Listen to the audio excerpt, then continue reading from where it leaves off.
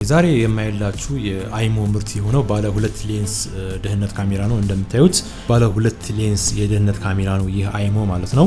ይህ ካሜራ በተለይ የሚያገለግለው ሁለት ካሜራ መትከል ማትፈልጉ ከሆነ የተለያየ አቅጣጫ እንዲያይላችሁ ይሄ ካሜራ ባለ ሁለት ሌንስ ለእናንተ ነው ማለት ነው።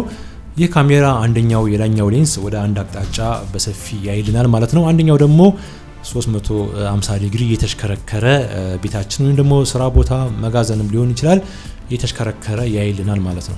እና ይህ ካሜራ የሚሰራው በዋይፋይ ነው። ቤታችን ላይ ዋይፋይ ካለ ከዋይፋይ ጋር አገናኝተ ነው እኛ የትም ቦታ ሆነን በስልካችን መከታተል እንችላለን።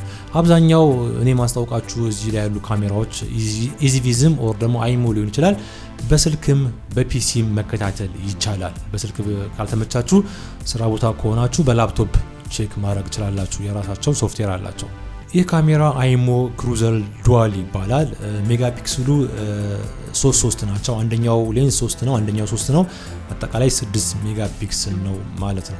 ማታ ጨለማ ላይ በከለር የስራ ቦታ ወይም ደግሞ ቤታችንን በከለር መከታተል እንችላለን በስልካችን። ወይም ደግሞ ጨለማ ላይ ማታ ላይ በደንብ በጥራት ለማየት ከፈለግን ላይቱ አብርተን ማየት እንችላለን። እዚሁ ሴቲንግ ላይ ያለ ሴቲንግ ላይ ናይት ቪዥኑን ስማርት ናይት ቪዥን አርገነው በላይት በከለር ማየት እንችላለን ማለት ነው ማታ።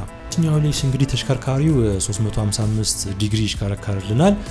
ወደ ላይና ወደ ታች ደግሞ 90 ዲግሪ ያይልናል ማለት ነው። ካሜራው ኤአይ ዲቴክሽን ስላለው የሰው እንቅስቃሴ እና የመኪና እንቅስቃሴ ስለሚለይ የመኪና ሲያገኝ የመኪና መሆኑን ዲቴክት አድርጎ ይነግረናል ማለት ነው። የሰውም ሲሆን እንደዛው ዲቴክት አድርጎ ይነግረናል። ካሜራው ውጪ ላይ የምናደርገው ስለሆነ ዝናብ፣ ፀሐይ፣ አዋራ፣ ሙቀት አያበላሸውም ማለት ነው። አብዛኛው እንግዲህ የአውትዶር ካሜራዎች የራሳቸው አላርምና የድምጽና የብርሃን አላርም አላቸው። ይህም በተመሳሳይ ሁኔታ የድምጽና የብርሃን አላርም አለው። እዚህ ጋር እንደምታዩት ነጭ የተሰመረበት ቦታ ኤሪያ ማለት ነው።